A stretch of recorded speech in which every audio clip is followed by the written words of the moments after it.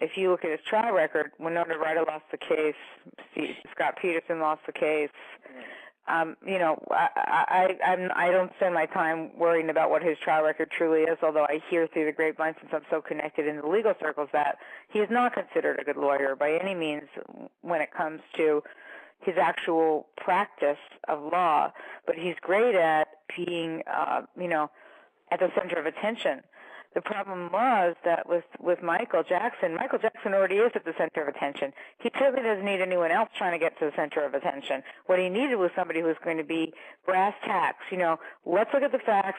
Let's deal with the reality. Let's figure out who, you know, how we're going to win this case, because it is a lie, but you got a whole media against you, which is can turn public opinion against you, which can turn a jury against you.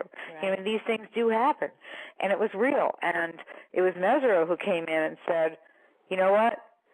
You're going to get rid of your entourage. You know, no more Nation of Islam bodyguards. No more, you know, flying around in private jets. No more being who you are or were or want to be. You've got to be focused on this case in this courtroom, and that's it. And that's your goal in your life right now, is to just be in this courtroom and forget everything else about who you ever were before, and just be here now and present with this here and now. And don't worry about media, don't worry about cameras, don't worry about fans, don't worry about bodyguards, don't worry about flying private, don't worry about going home or LA on weekends. You're not going to do any of that. You're going to stay right here, and you're going to deal with the circumstance at hand. And that's what Mesereau was able to do for Michael. And Michael, by God, you know what, he listened. Yeah. You know, and Jackson was if you think about it, he was very clever in his career. I mean, he's the smart guy. He's the one who figured out, you know, making the movie out of Thriller. He's the one who figured out, you know, hiring a director for Thriller. No one had hired a director for a video before. I mean, he's the one who figured out buying the Sony catalog. I mean, this is he was not only a musical genius, he was a genius, period. And so for Michael to listen to other people, you know, on the one hand, he got waylaid by people that were grifters because he was just being sweet and taken advantage of, and he just allowed it to happen. But on the other hand, when it was big decisions in his life, he didn't really listen. And you know, and that was something where Mesereau was able to come in and say, "You're going to do it my way, or I can't represent you." And Jackson did it his way. That brings me to this part in your book, in the "Wanna Be Starting Something" chapter. You talk about the testimony of Ann Kite and how she revealed that MJ did not know much about his handlers. Mm-hmm. That's true. Did you find this shocking? Because I've always thought of Michael as this great businessman, and then to hear all those things that Ann Kite said about his handlers and those around him, it was pretty shocking. Well, you know, I think what happened with Michael is this.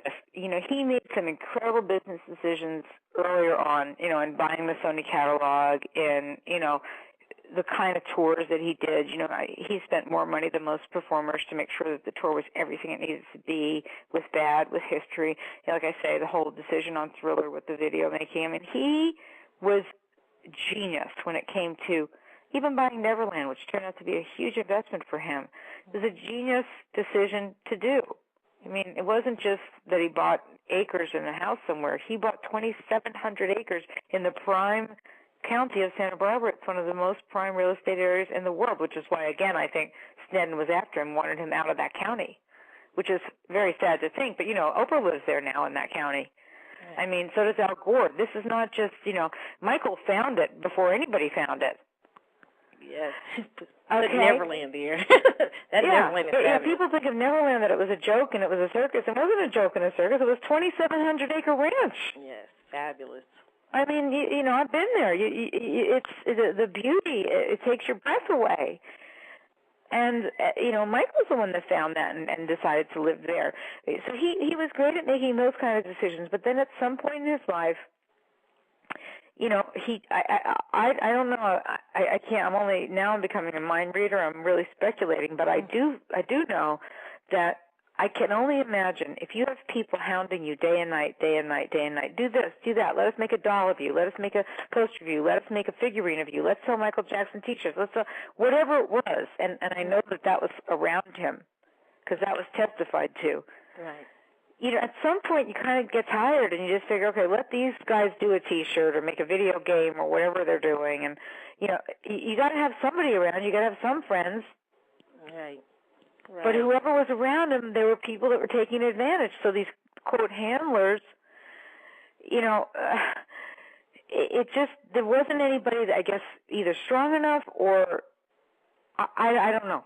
I can't answer you that. I really cannot answer that. So I know you spoke to briefly in the book about the conspiracy, that people believe there was a conspiracy. And today, in view of Michael's death, people even more so think it was a conspiracy to this trial for the ATV catalog. Yeah. Well, I appreciate those sentiments, and I can relate to some of it in that, Michael during his lifetime talked about Tommy Mottola being, the devil or something, and being racist. If you recall those famous statements that Michael made in Harlem, I think he was. But anyway, it's true that, and he did even allude to, there were things about going on with him and Sony that he didn't want to reveal. There are articles that definitely definitively quote Michael as saying that. And so that would lead a lot of people to wonder, what was, the role of people, the powers that be at Sony when they were trying to get that catalog back. What was the role? Was there a role? If there was any role at all, in my opinion, it would have just been that they certainly wouldn't have helped matters with Sneddon, after Michael Jackson. They certainly didn't try to do anything to help Michael Jackson's image, and fight any of the allegations. And remember, they're the company that were releasing his songs and that he was working with. I mean, they had a lot of power and authority and ability to do so, but they didn't. But do I think they did anything outside the realm of that and did something illegal or illicit to harm Michael? I personally, I don't. I mean, of course I can't say, but I certainly didn't play any part in the criminal trial in Santa Maria. I know there are people who want to say that it's because Sony that somehow Conrad Murray got hired and yada yada, and I don't know. What do you think of that?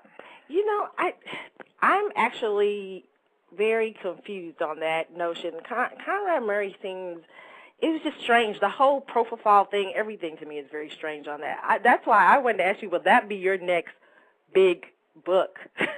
Because you do great. You write true crime stories like nobody else. Will you consider writing a book on Michael Jackson and the mystery surrounding his death? Well, I am looking at it. I'm not gonna lie. I'm looking at it, but the thing is that it depends on whether or not I'll be able to be at the sentencing or the trial, rather. It was a Freudian slip. I believe that Murray will be sentenced. I believe they will convict him of something, and that he will spend time behind bars. That's what I think. But whether or not I get there for the trial or just the sentencing, I don't know. It just really depends, because I'm going to be filming my second series and second season, and it's just. I can tell you this: I'm going to do a show about it for ID on true crime. Definitely, I think what Conrad Murray did is criminal. I think he should be put behind bars, and I think that we need to address the matter of doctors being held accountable for their complete ability to let people abuse drugs. So, Aphrodite, excuse me, you're going to do a second show? You're going to do a second show? I am. Wow. Well, okay. Well, that's great, because that is really great, because there's so many. I am going to do a second show, because I have people that I've spoken to that others haven't yet, that, have facts about Michael's life that, lead to you to believe that Michael was not the type of drug addict that the defense wants you to think he was, and also that Michael was very careful about his health. And I know, because I was with Frank DeLeo, who was with him the night before he died, I know that Michael Jackson was in good physical shape, and not just from DeLeo, from other friends who were around Michael. He was in good shape. He was not, trying to be whacked out of his gourd. He wasn't. So the fact that he had problems sleeping and somehow or another propofol wound up in his system and he was using it and this guy Murray was the administrator of it, that wasn't going on in Ireland. So I don't know when this began and who it began with, but prior to coming to the States, that wasn't going on. So I am going to look into it. Yeah, I already am looking into it. I just, I'm not at liberty to say much more other than I plan to do an hour on it. And but we had an interesting guest on about a week ago. We've been doing a series here, and Pearl Jr. She interviewed you once, and Pearl Jr. has just wrote a book, and I don't know if you've heard about it, called Pseudocide. Yeah, I heard. She doesn't believe Michael, along with the whole, there's a split in the Michael Jackson community now between the fans. There's the Justice fans, and then there's the hoax fans. There's some people who believe that he created some sort of hoax. There are people who don't believe Michael Jackson's dead. We're doing the Elvis thing again. Yeah. Have you heard about those theories? Oh yeah, I know Pearl, and I'm aware of her book, and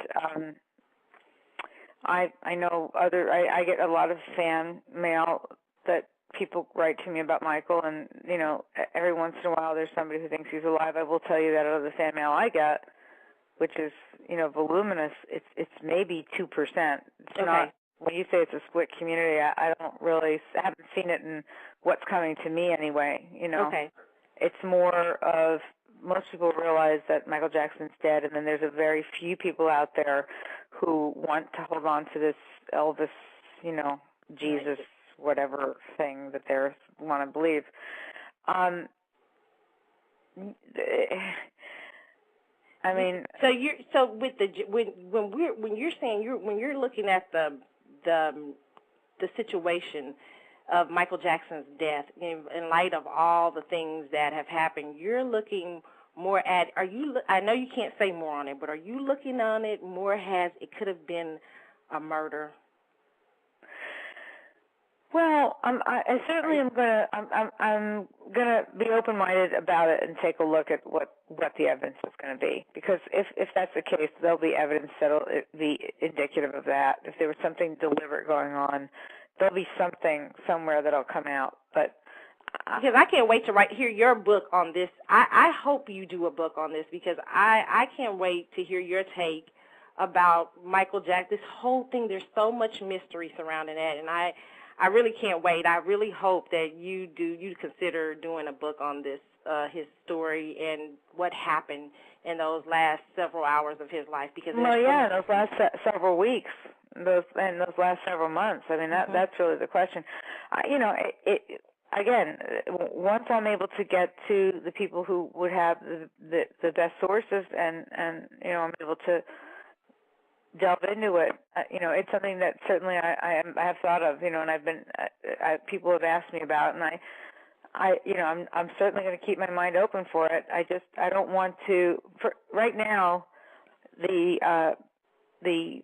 criminal trial against Murray is the first priority, and I want to make sure that he gets sentenced and that there is no confusion there, because he, in my opinion, needs to do prison time. Do you think he should have been accused of, do you think they did the right thing with the involuntary manslaughter? You think it should have been second degree? Well, the family's saying it should have been more. Yeah. Yeah. I mean, I was at his hearing in April with the family and the fans, and a number of the fans came up to me and said, this should be second degree. And, I understand the sentiment of wanting it to be second degree. I felt that way initially when I heard what happened. Okay. And I know the law. Right. But I also know from having been in courtrooms for 25 years that, you cannot overcharge a defendant. Because if you overcharge the defendant, and what by that I mean if you did charge him with second-degree murder, okay, then you're going to have a room of 12 people. And this is the part that people don't understand when looking at what the justice system in America is. You know, at the end of the day, our system boils down to you got 12 people sitting in a room that are the jury of your peers. In other words, they're just people that live in the county that you're from or that you committed the crime in.